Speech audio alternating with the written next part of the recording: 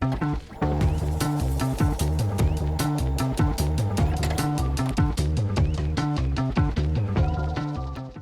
Griswold is the main character? Jon Griswold is the main character. And so we're walking through, they go to the schoolhouse at Fort Eustis, and you're just kind of going through their career, if you will. Right. And then filling in different stories and experiences into the storyline.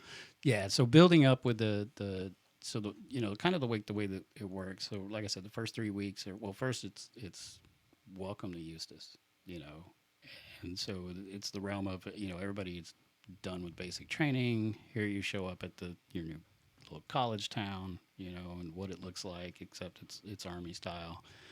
And understanding that when you get to your advanced individual training, it's a constant cycle. Every week there's a class graduating, and every week there's a new class starting. And then they fill everybody into those classes. So everybody is on a different calendar. Gotcha. So everybody knows their graduation date. Different cohorts. Yep. So you're sitting there, and so that's like where these guys all show up at the same time, and they're just the newbies. There's already guys who are in the barracks. There's already guys in classes. There's a graduating class getting ready to walk out. So it's just like you're trying to figure out where you fit into this whole realm or what it's going to be like, because you have no clue yet. You haven't even get to see you've never even seen a helicopter up close yet. And so it's like, but you're going to learn it. Yeah. And what does that feel like? What is that anticipation like? And then you get introduced to, well, here's all the requirements. Here's the length. Here's how we grade you. Here's how how many weeks it's going to take, and and of course, you have your weekends and your off time. And that's where the guys do the real bonding. And so get into a lot of that, and then the fun and the chaos, and Virginia Beach and different aspects. So Little Creek. Okay. So you have, on one hand, it's a manual for anybody who's interested, and this is a career. Right now they can read this book and get some insight. And then you have the other side. You got maybe the people who've won the Charles Taylor Award, and they're on the other side of their career, and they can look back and have some nostalgia, right? Yeah, it's unique. It is more of the military, that here's how these guys put it all together, and here's how they do it. And it's try to have fun with it at the same time. I didn't want to make it just the 1, 2, 3, 4 march, left, right, left. Like that is not the aviation style. Is there a love story where you somebody meets a nurse? It's been discussed many a times, but it's Is it going to be a series of books? So that was there is a second one in the writing. Okay. So it was kind of the intent for the very beginning, and not to give a whole lot away with the first one, but it's the possibility is very likely. Okay. So what are some of let's talk about the character. Let's talk about Griswold. all right. Strengths, weaknesses. Like, as we're a reader and we go through this and giving me a preview of what's the character composition for this guy. So Griz has an advantage over a lot of the other guys, right? And Griz's father was a Vietnam Army pilot, and then retired from the Army. So he grew up around the Army In real life. yeah. and in the story. So it's It's a match. Yeah. So he kind of had the more of the insight of like, I've been on a hangar floor before. I've been around the Army. I've seen all this stuff. So he has kind of like a little more knowledge, but it's not counted yet. So it's still, you're still a private. Enjoy your time being new. Okay. And so that introduction of bringing in the fact, like I said, going in and introducing the characters and kind of their backgrounds and different life experiences and whatnot, and then how they benefit each other because they're roommates. That was the one thing. It was kind of like the equivalent of a college dorm. Okay, you had 4 guys in one room, and that's kind of how they met. And so it's but Jon overall, is figuring out how to put all the pieces together, and walks through the cycles, of leadership development and a little bit of the management and execution and learning and understanding, and then just life trials and tribulations at the same time. So it's very realistic on that aspect, and Jon the character and Jon the person. It's not that far off. Griz retired a command sergeant major out of the Army. Did 4 or 5 tours. I forgot. I lost count. I should say, yeah. I don't know. Yeah. So the whole point of him is that here's the guy that walk the walk, talk the talk. He's done it all. Been there and has done it. And it's like, now let's put it all in a round to get an understanding. Because we used to joke about it a long time ago. We were NCOs, and you have soldiers assigned to you, and of course it's like teenagers, you don't know anything. Yeah. You've never been anywhere. Yeah. Me and Jon would look at each other. That's right, because we joined the Army as sergeants. You were never a private. You never went through basic training. You don't know. It's like, yeah, okay. Right. Everybody has that, And so that's one of the things is to introduce, because there is the life lessons learned and how to gain that momentum to work towards that leadership, right? Mm-hmm. And so what I use is the different elements of exposure of leadership.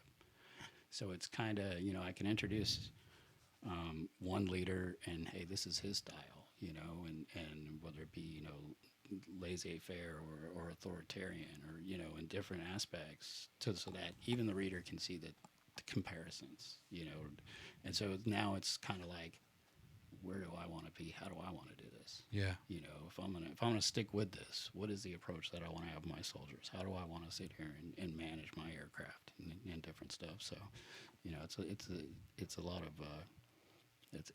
of kind of lightheartedness, not exactly exposed, but it's there. Yeah.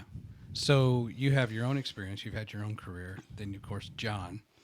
When did you meet him? I met Jon in 2000. Okay, so going on 25 years. Yeah. And I'm assuming you've talked or you've kind of interviewed him, and then the other characters. Are these all people you sat down and just said, "Hey, I'm going to write this book. You're going to be a character." And so I'm gonna tell you here's the reality truth of the downside of taking so long to produce a book, right? Because the ultimate dream was like, hey, so I got this idea, guys. So all 4 characters are absolutely real. okay, And it was like, hey, I got this idea. I'm gonna write this story about us, and we're gonna put it together. And at the end of the day, while because they were still active duty, I was the only guy that was out of the Army.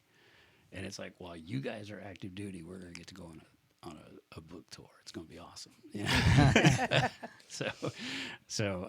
Myself, I am one of the characters, and I include myself in the book. But Ralphie is one of the other characters, and Ryan is another character, and all 4 of them were really good, sure, tight in. Matter of fact, Ryan lives here in Huntsville. How many years ago did you start? 10 years. 10 years ago. 10 years ago. So it's kind of What did you think, Amy? Were you supportive from the beginning? Oh, or? yeah, Okay. absolutely. I mean, I can't remember how we even started the conversation, but I remember saying that you need to write a book. And in my perspective, I really wanted him to write a book just so our kids can read the book. Because, Yeah. Jay is an amazing storyteller, and he has so many stories. I know my relatives are over. They just line around him, and they just listen. He could just talk story after stories.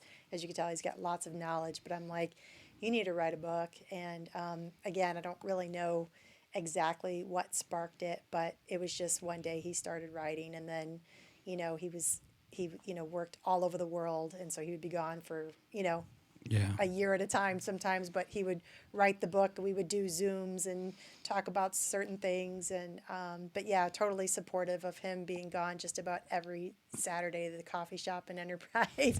Yeah. And, writing, doing just a lot of writing, and then just kind of ebbed and flowed of, the different jobs that he had and different places he was, and just writing the book Yeah. and moving. And there's just a lot of things. I would imagine you and I are probably about the same age, right?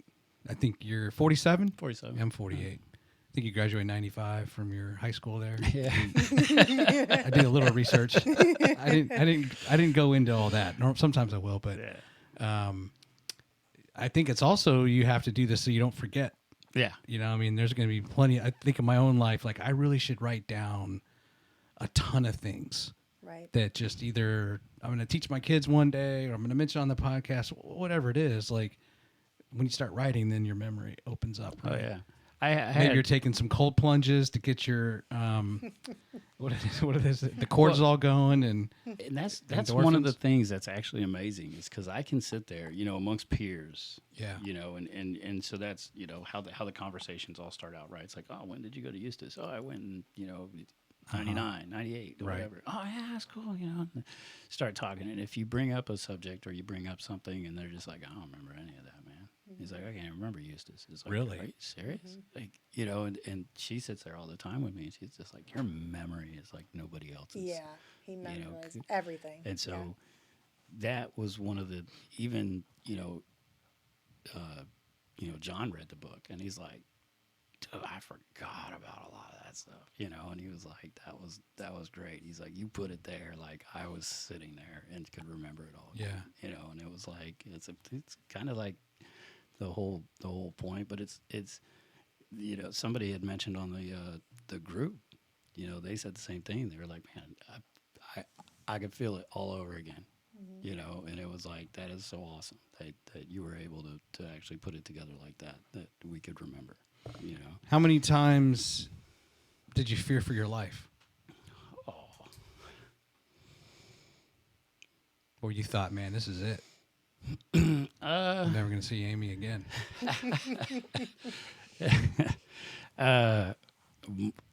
so I had the enjoyment of the time I spent in Afghanistan. I was 2.5 years at Shank. Yeah. Oh, yeah.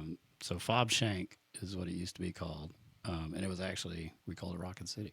Oh, really? Yeah, Because it got shot at all the time? Oh yeah. Yeah. So we averaged 4 to 5 rockets a day. Really? Yeah. You were safer flying than you were sitting on the base. And that's what was just, if I wasn't out flying 10 hours a day, if I had to sit at the base, it was nuts.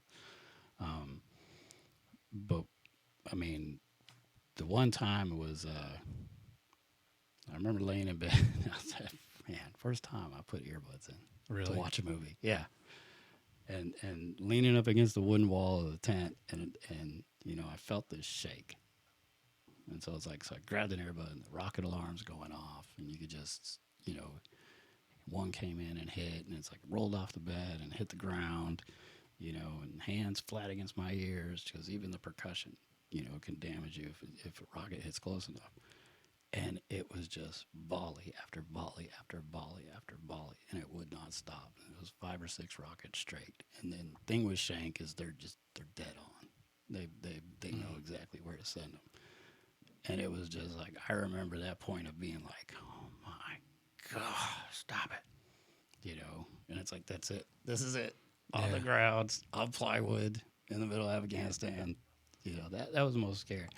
The aircraft wise, I been in enough situations in the aircraft to be comfortable with everything that is going on. And that's one of the comforts that you have of knowing the maintenance side of it. When you understand the systems, when you understand what you're looking at, when you have different things and an interpretation of the systems, then it's you don't mind if a little warning light comes on because you're understanding what it's doing.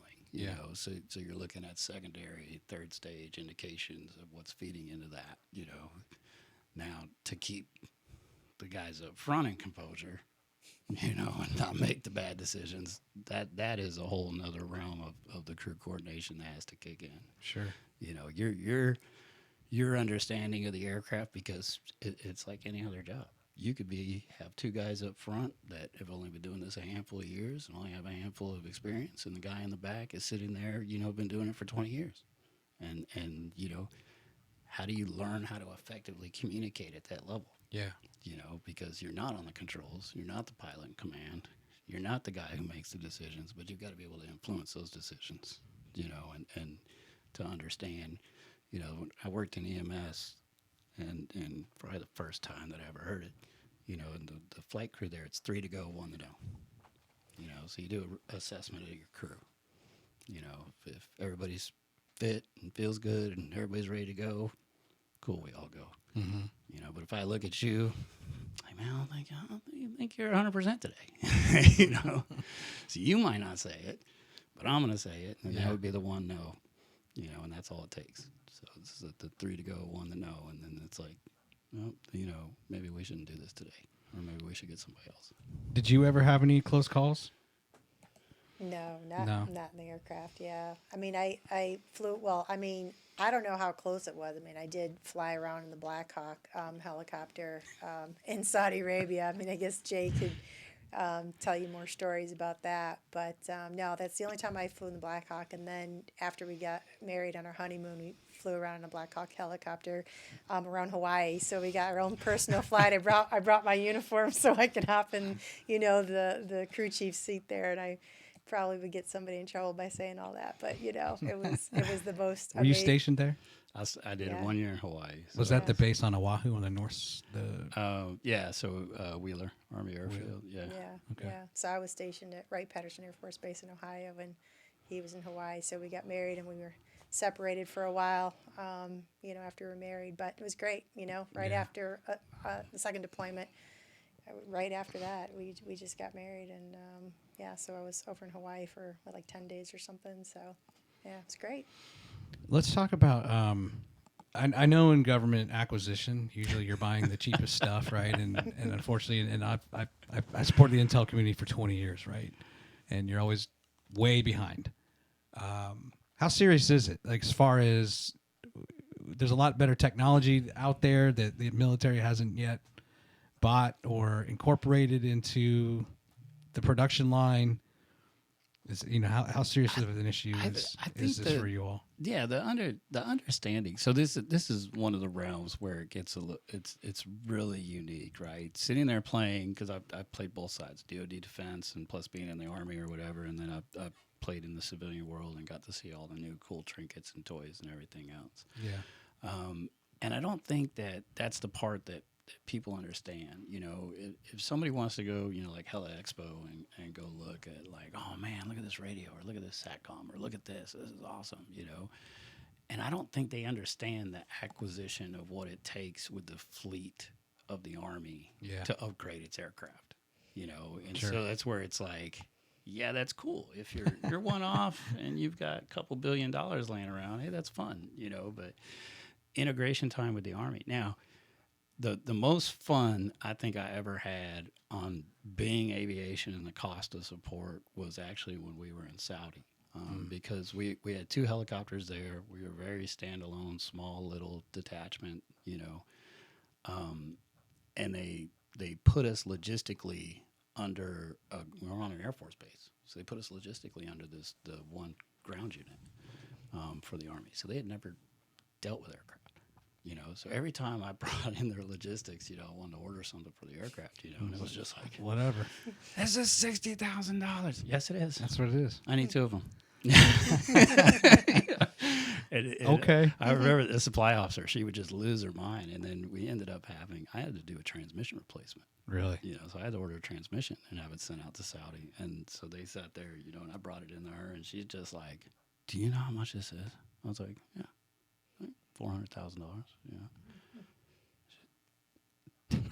We don't have, what is this? I was like, it's a gearbox, you know, it's a transmission. So Very important. This is normal. This is not abnormal. Do you want the Blackhawk to fly? Yeah. I've got $3,600 windshields. I was like, Yeah. you know,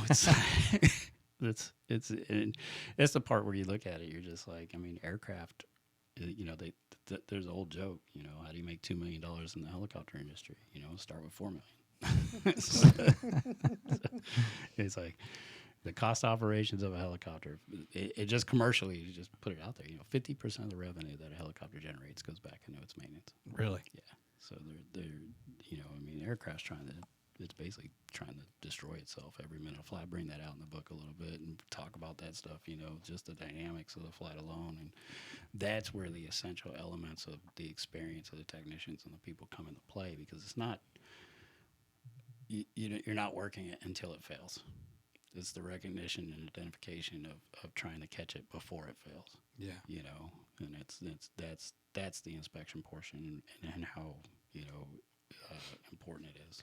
That's the amazing aspect of anything in aviation, right? It is so safe because there's a tremendous amount of effort behind the scenes, right, with maintenance and regulations and policies and procedures, whatever, right, to say nope, this aircraft is grounded until it passes whatever, right? Right. And I'm sure it would obviously it's very stringent. We're talking about people's lives here, right? Yeah. It's one thing to have a car and you never go get your oil changed, and eventually your transmission smokes because you're a dummy. Yeah. But when someone else is like, no, we're not driving that Yeah. because it's required to do X, Y, and Z. Yeah. It takes a lot of, to say experience and finesse, but it's the understanding. If you don't know how to articulate what's wrong with the aircraft to the people that need to understand it and Sure. actually be the ones that make the decisions, that is one of the hardest aspects of a technician. Pilot, very simple. Hey, this light came on. Oh yeah, Yeah. Just So it's put like, a piece of tape over it. yeah, so now the mechanic has to go in and goes, why'd the light come on?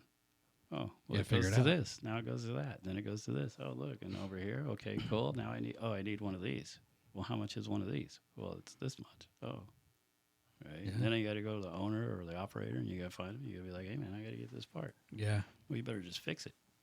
And that's where the regulations and the rules come into play, which is as a professional technician, you appreciate it because you realize that if the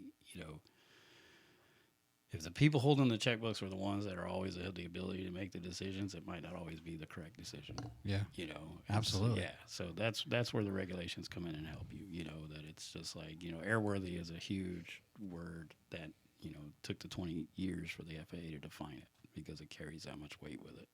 And so that's one of the things that is to appreciate is that's the realm that we try to create is you're not doing it because the regulation tells you got to do it. You should be doing it because it's the right thing to do. It's the right thing to do. Yeah. Let's look at some pictures. I pulled these from the your Facebook, and this is just this is a Blackhawk.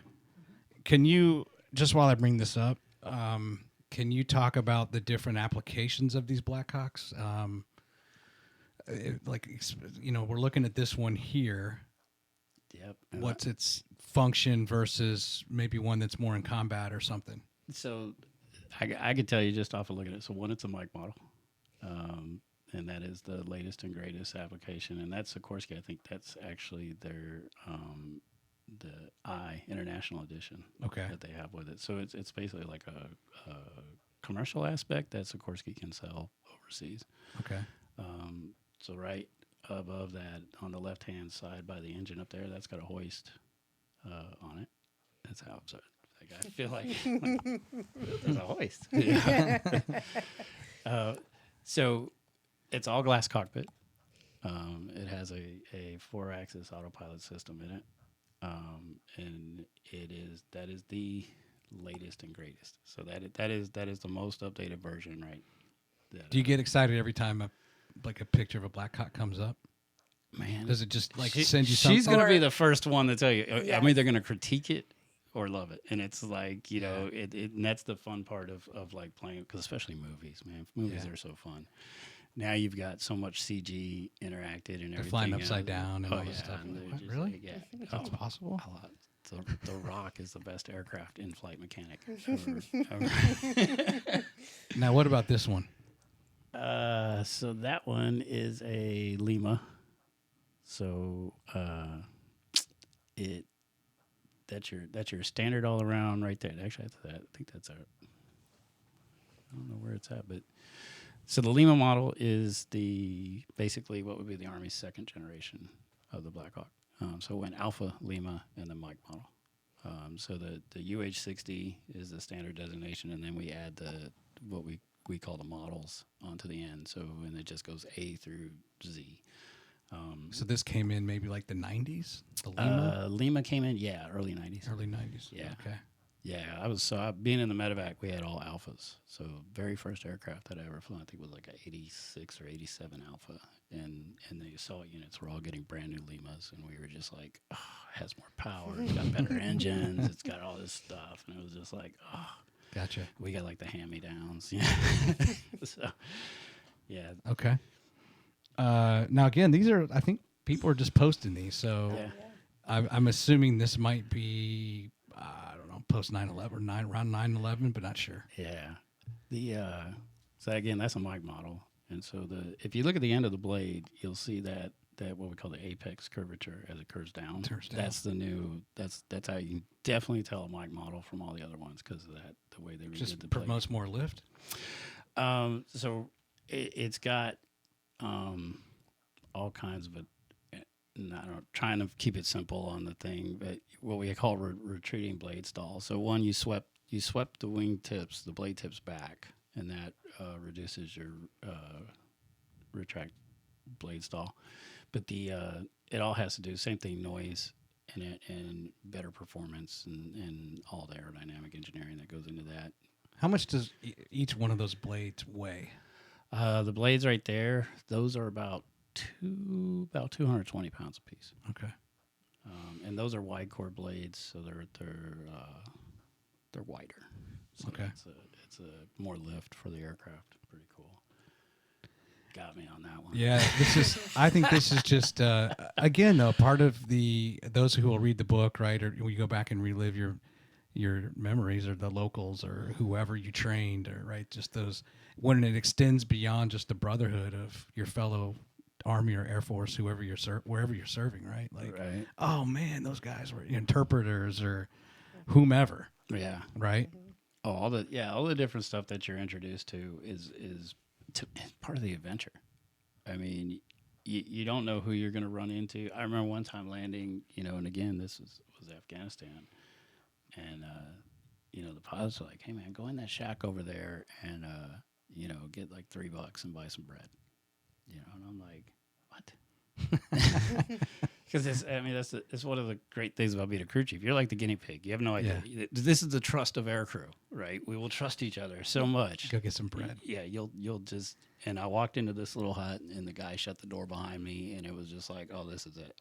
And so what do I do? Like, hold up some money, like, I get some bread, and he's like, yeah, and he's got stacks of it, and then go back to the aircraft, and I was like, all right, he's really got bread. All right, cool. I interviewed a guy, episode, I think it's 73, with T.C. Fuller. He's a former FBI guy. He was an interrogator, like down in Guantanamo and stuff. And he was just telling me, like, man, my interpreter, he'd be like, that guy's lying. Just leave me here in the room by myself with them. I'll get the truth out of him. Like, I was just kind of thinking of that camaraderie he built up with this interpreter, right? Yeah. He just hated, what was going on and stuff. I don't know who this is, but I think that's going to be a cool shot, right? When you Yeah. think about the brotherhood. Yeah, that right there. There's your Alpha, right? That's the original aircraft. The original. I started around on, and so what's unique there is where we were looking at the mic model and it had the hoist on the outside of the engine. That's the hoist there mounted on the inside. That's one of the old cabin mounted hoist is what we had back in the day where you had to lug that thing. You had to pick that thing. Thing weighs like 350 pounds. Yeah, that was part of your indoctrination as a Tango when you could mount the hoist by yourself. Wow. And it was just like you're gonna do it or you're not gonna do it. Just don't drop it. And so You got some rudimentary like tools that are helping you so actually get it in place. it takes a long time to master it. So it's got a cart that it stands upright the entire time. Mm-hmm. Because it's actually got oil in the gearbox and all kinds of other good stuff. But you got to put the base plate in the aircraft because it sits on the base plate, and then you would roll the cart out to the aircraft, and you learn to just you take one of your medic's blankets, put it over your shoulder as padding, and then you would take the arm of the hoist and it's all core muscle. So it's like pick it up and lean back and get it in the cabin and stab it, and that's it. It's Wow. like you got one shot to get it in there and get it up, and then they catch you doing it, you're gonna get in trouble. But And that's what his right arm is on. yeah. Okay. So that's the old internal hoist. Yeah. Jeez. That's how we would actually control it, was sitting in the cabin just like that. Wow. You'd hang your feet out there. That's where you flew around with your feet hanging out. Yeah, Saudi. Saudi Arabia. Yeah, monkey harnessed in. Yeah, real safe. Nothing real like safe. it. Nothing like it. Yeah. I did throw up, but Did you? yeah. Every time. No, just first time, but the guy like behind me got it all, and I actually didn't know that he got it all until afterwards. I'm like, I am so because I figured it would go out, right? But no, No. it went like right in. He just Yeah.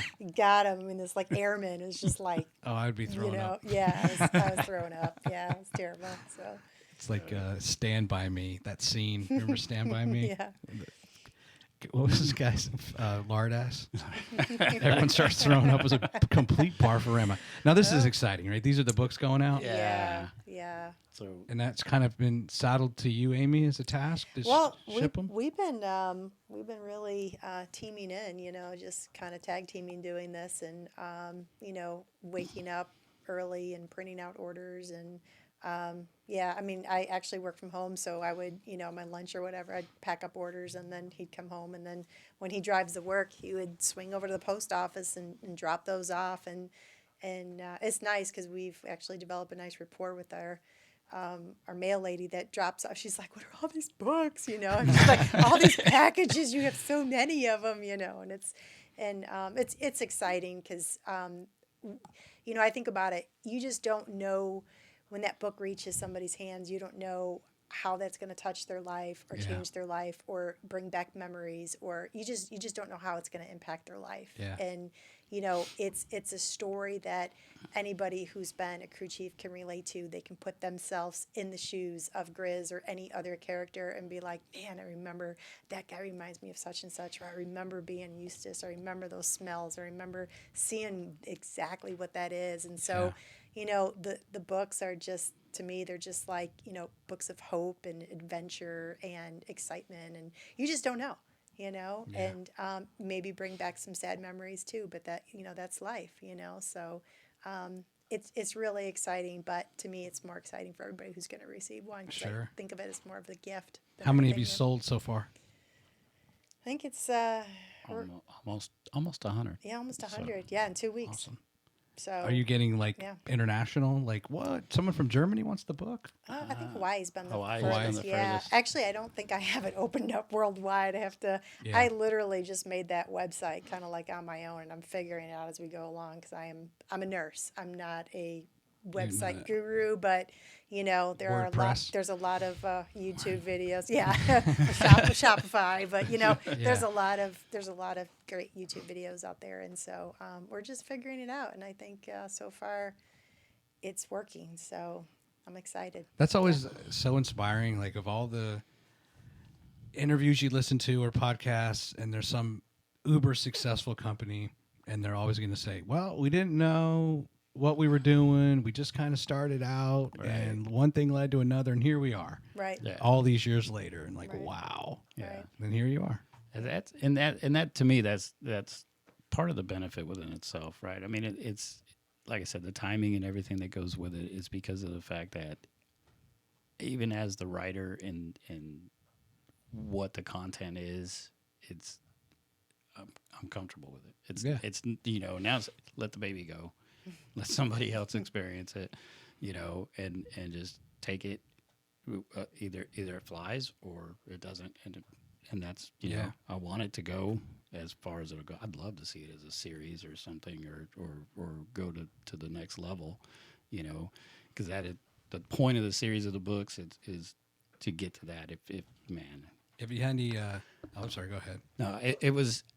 I don't think a movie would do it justice.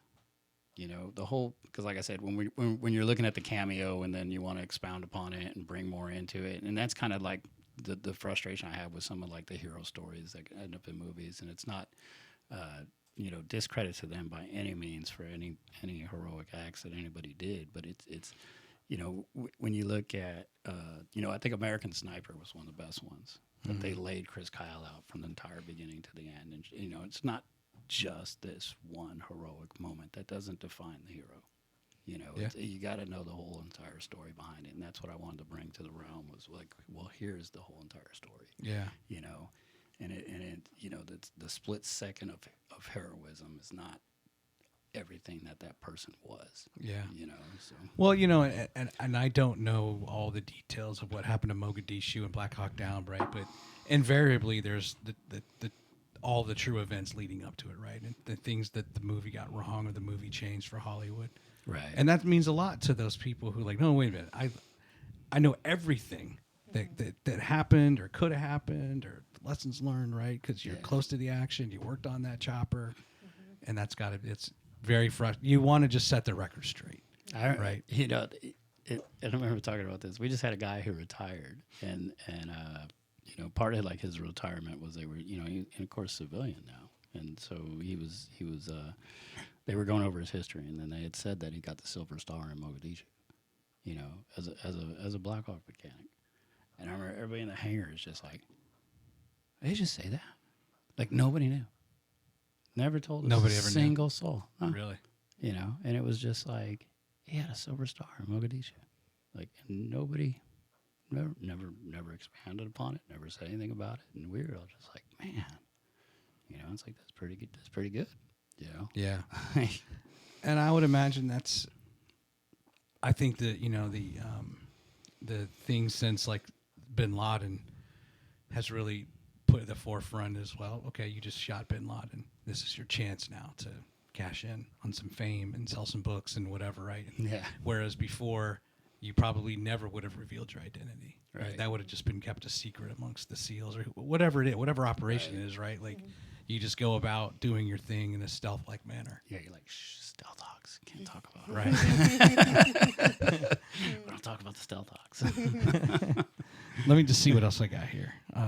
So here's some patches. I think you're going to see a ton of these things floating in, right? Yeah, so Already I to your did that. page. Yeah, I did that call to action. So that's how I kicked that That's off. how- Was I showed. Yeah, so that's mine from Korea. That's yours. Yeah. Sweet. His nickname was Slim, so Oh, really? yeah. Slim Shady? So Just- Say he likes Tupac. You know that he Yeah. listens to some rap. Oh, I know. Yeah, he does. So tell me about this patch, though. This is so this is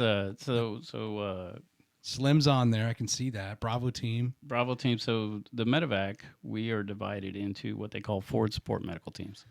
So 3 aircraft in each team, and then you support your brigade or whatever. So we would do Alpha, Bravo, Charlie teams, and then so I was part of Bravo team while in this one, in this unit. And Korea was a really, you know, learning. This what's crazy how it comes around. I was in Korea in '99 and 2000. And when you get there, the first thing they tell you is they're like, you know, it's a ceasefire, right? You know, and it's like, what? And so you can remember, go back when like Trump was president, he actually declared the Korean War over. And it was just like, you know, because I remember even in '99, we were like, so we get combat pay? Or how does that work? If somebody dies, are they still a casualty of the Korean War? Or Yeah. like, no, they just called it a ceasefire way back when. It's been like that ever since. That's what the DMZ and all that stuff is representative over. But the on the Hawk there, you got the 3, we call them the bumblebee stripes. So you ever see the picture of Blackhawks? They got the yellow stripes on there. We were the only ones that were allowed to go actually up to the DMZ itself and fly all the way past the no-fly line up to the fence line.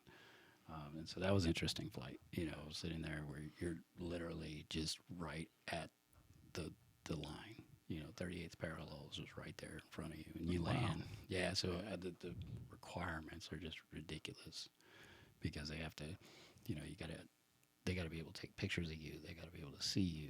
Then you realize, like, just in the realm of if anything is to happen, it is safer to go north than it is to go south.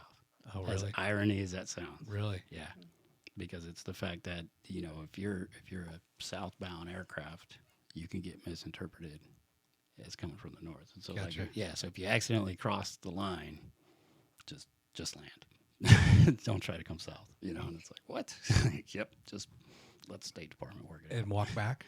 If they let you. Seriously? If they let you? Yeah, no, it's like, let's just, Yeah. pretty much like, yeah, let the State Department handle it. Okay. Just go from there. You know, it's like, okay. So, Okay. That's a cool patch. yeah. And what else do I got? This might be So that one's 542nd Medical Company. Here's what's crazy. They're at Campbell now. They're at Fort Campbell? Yeah, so they shut that one down in Korea and actually moved it to Campbell. So it was kind of unique to see that. I think that's the last picture I have. So let's go back to your artwork here. You got any hate mail yet or any like negative comments? You don't know what you're talking about. I was actually totally anticipating that. Really? Like, yeah. And that's, you know, to it was like, don't want to get too technical with the book, and it's like, you know who the critics are. And it's like, that's the hard part, right? So then it's like, don't use all the lingo, the terminology, don't use all their acronyms, don't, and now it's kind of like, how do I explain this at a nice level for everybody to understand who've never been around this, but at the same time entertain the audience that I know is going to be the ones that are going to sit there and call that out the first thing, you don't know what you're talking about, Yeah. So it's kind of, I had to find that balance, and it was interesting trying to sit there, because it's very easy to get lost in the, sound like a training manual, but yet not, and so it was quite an adventure on that side for me. Yeah. How does it feel to be an author? It doesn't even.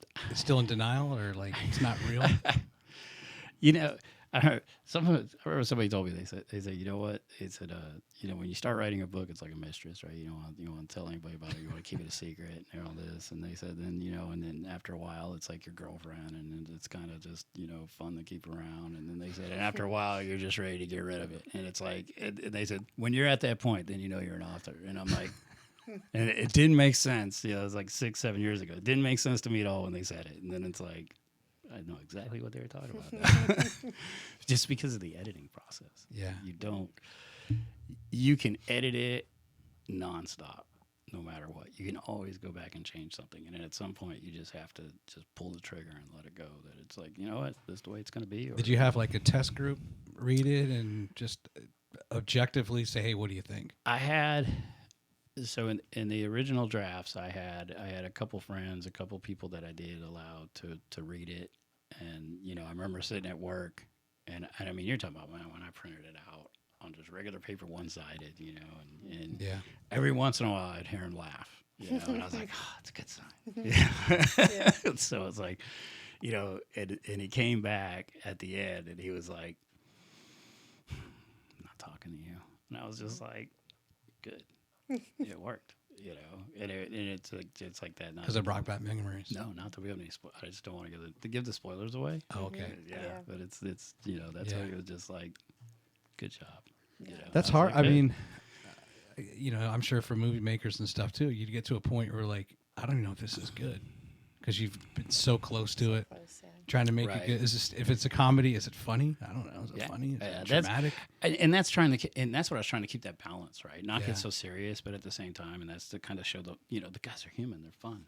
They Right. want to have a good time. They want to sit there and mess around. They want to irritate each other, and have all that different camaraderie mixed in with them of real life. Yeah. So Well, let's talk, before we hit record, we were kind of talking about, for better or worse, there was Afghan withdrawal. There's stuff going on in the world that maybe we're not fully involved with, right? Right. We don't have a lot of conflict. So you have soldiers right now, right? Probably looking for conflict, looking for combat. Perfect time for your book in a way, perhaps. right.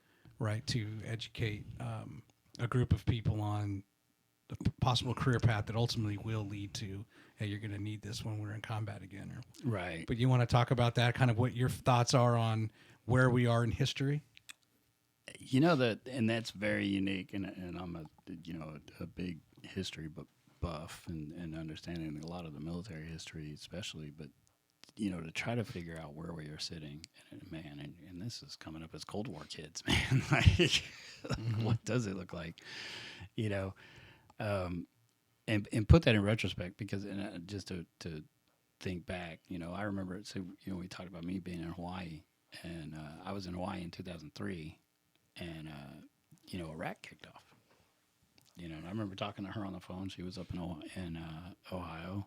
And I was like, I was so frustrated. I was so mad, and she's just like, why are you mad? I said, because I'm sitting here in Hawaii. And she's like, you want to go to war? And it was like, you spend 6 years practicing for the big game to sit on the sidelines and watch it, on the news every night. I was like, yeah, I want to go. You know, it's the whole point of all that training, of all that stuff, was to go put it in the motion and watch it happen. You know, you're not thinking about the negative aspects. You're thinking about how I can help, how I can contribute, how I can be part of it, how I want to make it successful. You know, and she was just like, I'm okay sitting right here, you know. And then she ends up getting deployed, you know. then I was just like, I'm still stuck here, you know. What year did you get married? It was 2003, so Yeah. I was deployed 2002, 2003. Okay. So, yeah. Got it. So it was, so it was, you know, but when I was sitting out in Afghanistan one time, and I remember you know, sit with a bunch of soldiers, and they were just like, you know, oh, this place sucks, and this and that, and this and da-da-da, and I was just, I looked at them, and I said, man, that's the problem with you guys. They said, I said, you never experienced the hell of Garrison. They said, the hell of Garrison? I said, yeah. I said, you got to go back to a time, man, where we sat around and did nothing but training. There was nothing going on in the world. And you just sat there right? You went out to Louisiana, you did training. You went to the desert in California, you did training. You loaded stuff on boats to take it back off. You loaded it on the railhead just to take it back off. You sat there, got called up in the middle of the night just to see if you were awake. Yeah. You know, and it's like, for what? Just in case, you know, one of the chapters in the books, someone dropped the ball. You're waiting for the ball to drop. You know, the 36-hour worldwide deployment, so like 101st, what they're known for, you know, 10th Mountain and 82nd, they have that same requirement. And you know, it's 36 hours. They got to be able to go.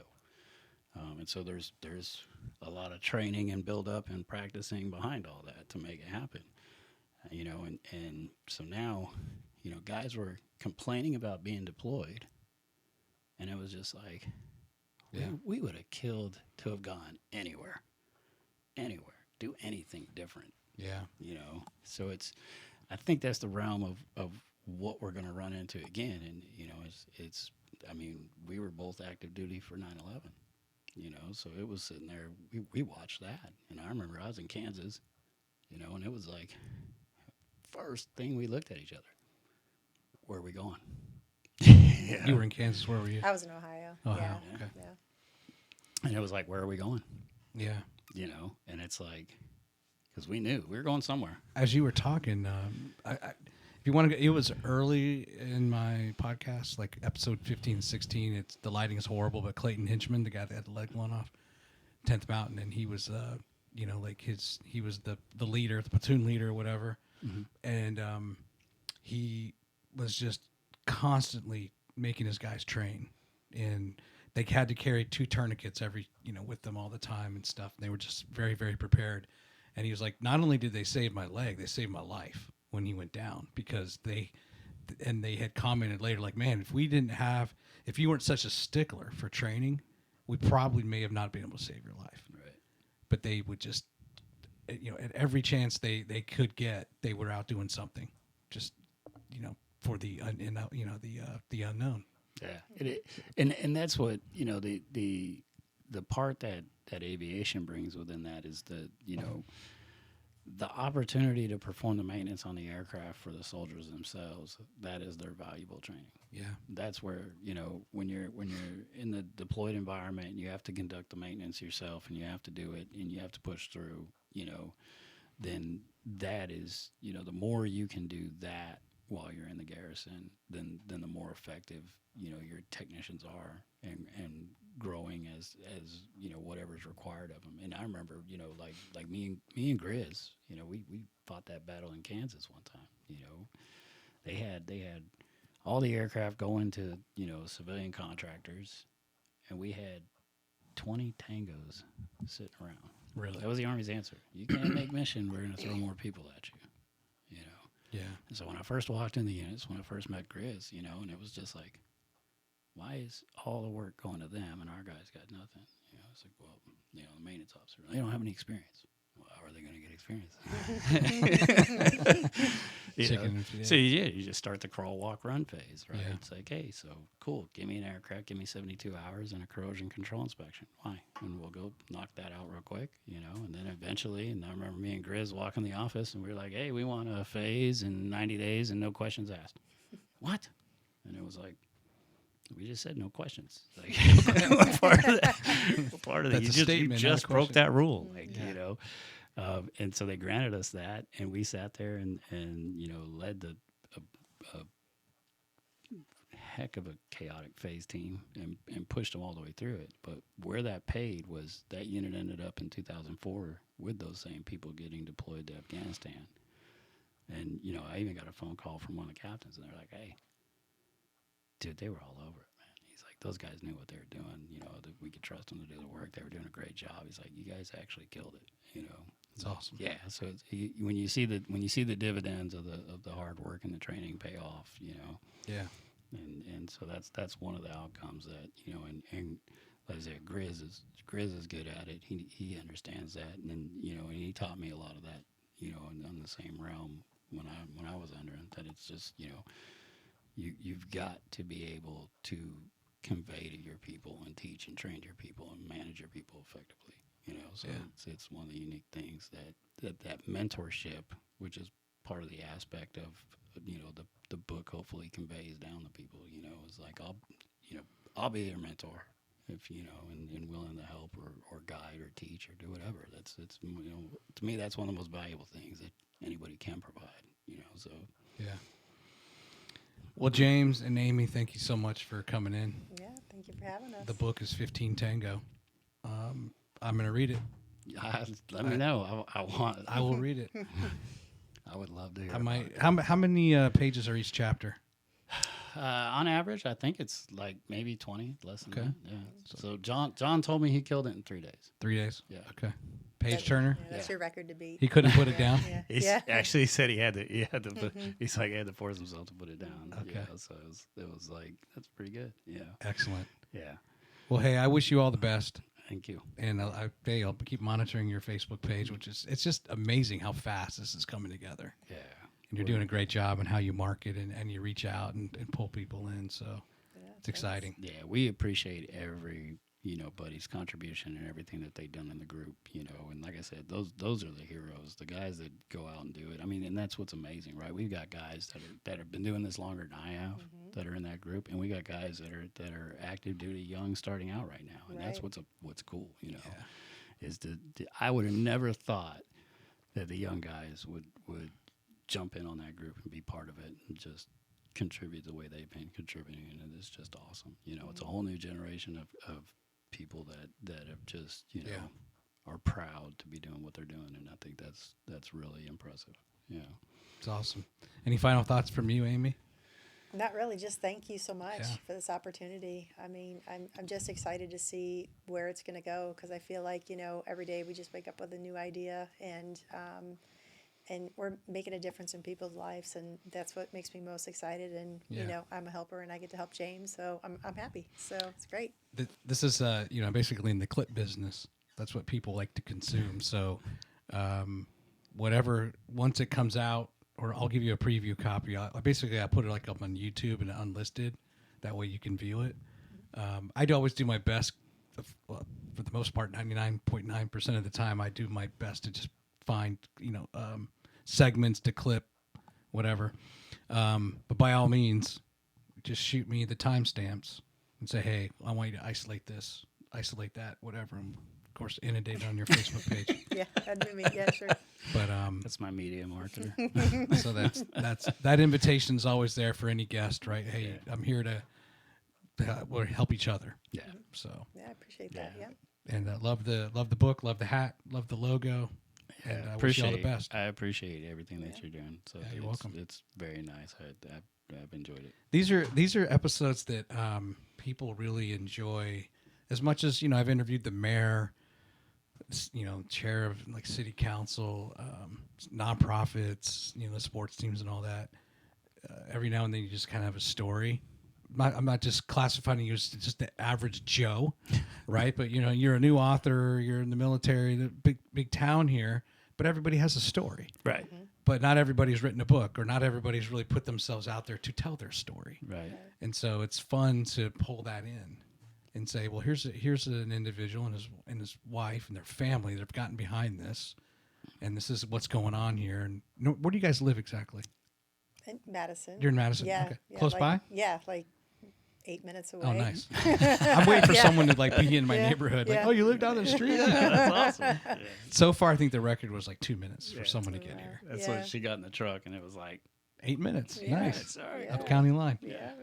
But anyway, so it's just people love that. And actually, these usually end up doing better numbers wise because, I don't know, they don't have, they're just interested, Yeah. you know, but I appreciate you. The kind of the realism approach, I guess. Yeah, maybe. Behind it. Yeah. I don't. Or there's other guest has already been interviewed a bunch of times or they're in the newspaper or whatever, right? Or they don't care. Yeah. Doesn't touch them, but I think Blackhawks and it's kind of sexy, right? Yeah. And Who 15 doesn't- Tango and Yeah, who doesn't like a helicopter? You know? Yeah. all good. Hey, well, all the best to you. Happy New Year. Hey, you Yeah. too. Happy And New Year. we'll be tracking. All right. Take care. Thank you. Thank you.